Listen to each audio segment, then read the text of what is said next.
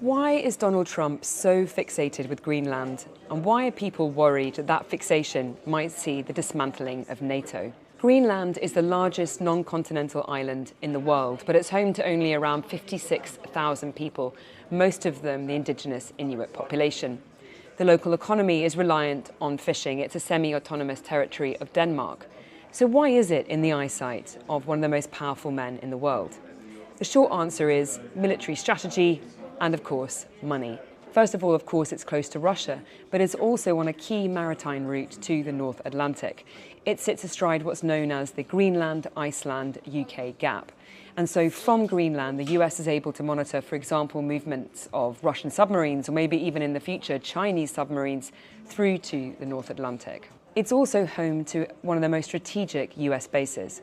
The Bodefique space base is critically important to the US because of its positioning just 1,000 miles from the North Pole. It allows unparalleled missile warning and also space surveillance capabilities. This is because of the understanding that if Russia were to fire an intercontinental ballistic missile at the US, it would probably use the polar regions. Greenland is fast becoming the centre of a superpower contest over the Arctic.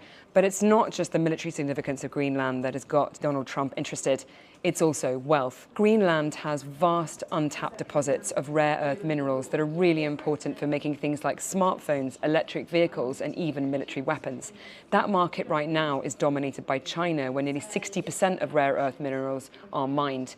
Donald Trump obviously would like to change that with Greenland. But with this increasingly hostile language, he's putting himself directly against NATO partner Denmark and also his natural allies in Europe. European leaders, including our own, have issued increasingly strong statements warding Donald Trump off from a takeover of Greenland. That's become increasingly concerning with unilateral action taken in places like Venezuela. He's previously spoken about buying Greenland, and now he's talking about having it. The US argues that as the most powerful member of NATO, they should have control over this massive strategic asset. The question is, what would be the impact of that?